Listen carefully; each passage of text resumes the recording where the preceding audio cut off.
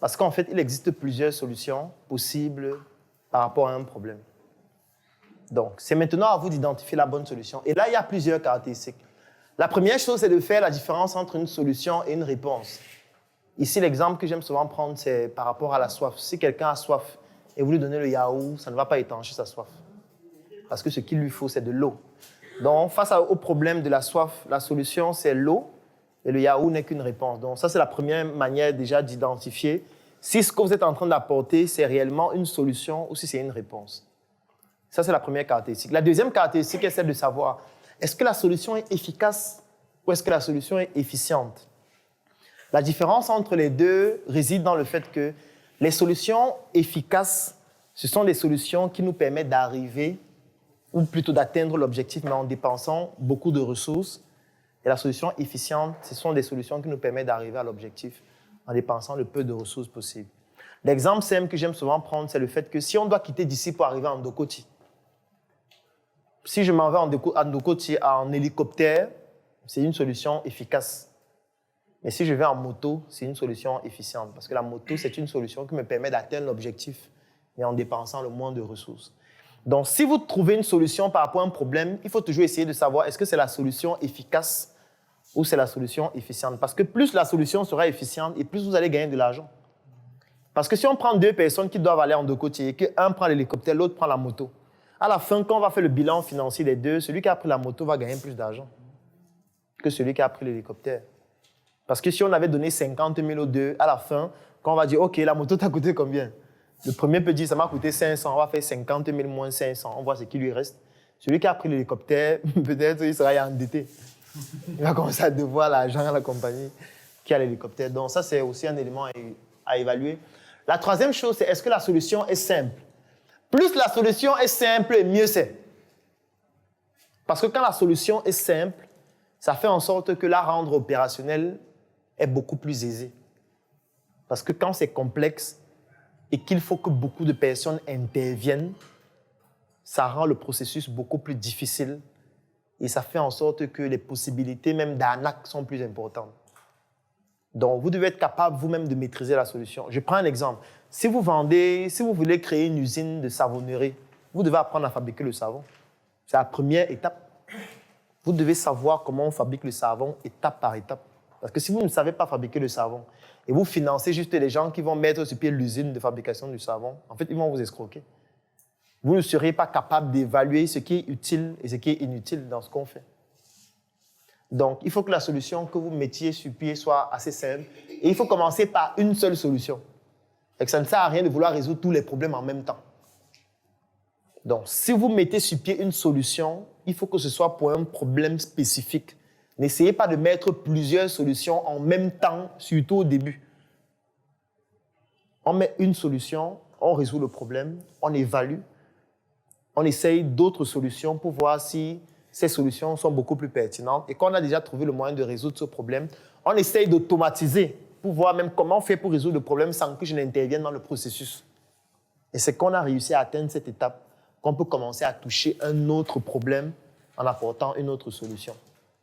Donc, ça ne sert à rien de lancer un projet où au début, en même temps, vous faites le poulet, en même temps, vous formez, en même temps. Non, tu ne vas pas tout faire au début. Tu vas commencer en faisant un seul. Et puis, dès que tu maîtrises celui-là, tu passes maintenant à l'autre parce que l'autre est déjà automatisé. Est-ce que jusque-là, on comprend? D'accord. Maintenant, je vais passer à la population cible. Pour la population cible, il y a un élément qui est non. L'équipe d'abord. Bon, dans l'équipe, ce sont des choses triviales et simples. Quand vous avez une équipe, pour pouvoir mettre sur pied votre solution, première caractéristique, l'équipe doit être pluridisciplinaire. Ça, c'est très important. Ne faites pas une équipe où vous tous, vous avez la même compétence, où vous avez la même formation. Donc, l'équipe doit être pluridisciplinaire et doit pouvoir couvrir les principaux secteurs d'activité importants en entrepreneuriat. Il faut quelqu'un qui soit capable de faire la comptabilité. Il faut quelqu'un qui soit capable de faire le marketing, qui soit capable de communiquer. Il faut quelqu'un qui soit capable d'encaisser les coûts et de garder l'harmonie de l'équipe. Ça, c'est très important.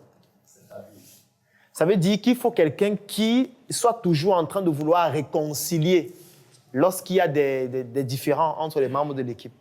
C'est ce qu'on appelle un... comment ça s'appelle le mot technique? Non, ce n'est pas vraiment modérateur. Le médiateur, voilà.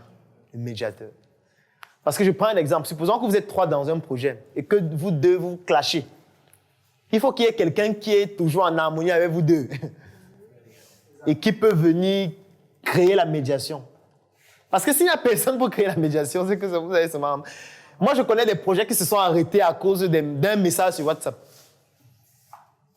Ça veut dire, un dit que non, il m'a mal parlé, c'est terminé.